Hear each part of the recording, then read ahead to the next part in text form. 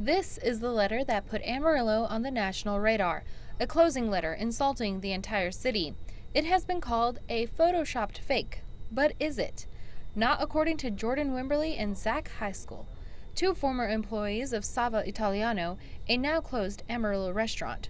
Shortly after the letter surfaced online, Wimberly came forward offering information about its creation in hopes to clear the air. At first, I didn't want to be dragged into the mess of it all. I just, I wanted to stay out for like my friends and family's sake. But it wasn't until I read multiple statements of his claiming that it was disgruntled employees. I believe it was actually his, one of his statements said two of my closest guys, which he referred me and my friend to as, multiple times.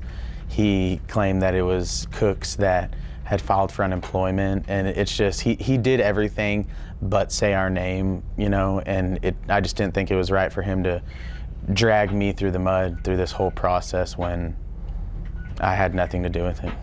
Haskell agrees on the decision to come forward and alleges that Kaufman is the one responsible for the letter. Who do you think is the one that created this sign? Him, because Mark Kaufman, because he's got a real crass sense of humor, and anybody who's worked with him learns that. And has he ever made any comment before about the people of Amarillo? Yes. How business was going? Yes, his whole tenure of Sava was the town not getting what we're doing.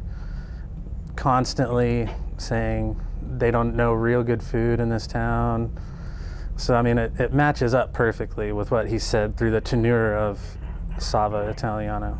Haskell says that he received the original photos of the sign via text message from Kaufman. Further attempts to contact Kaufman for comment were unsuccessful. For now, however, Haskell and Wimberly are hoping for the best. I would just really like if Mark Kaufman were to just come clean, say it was a joke gone wrong, and just let people know the truth, because I just really don't see the point of leading this into there.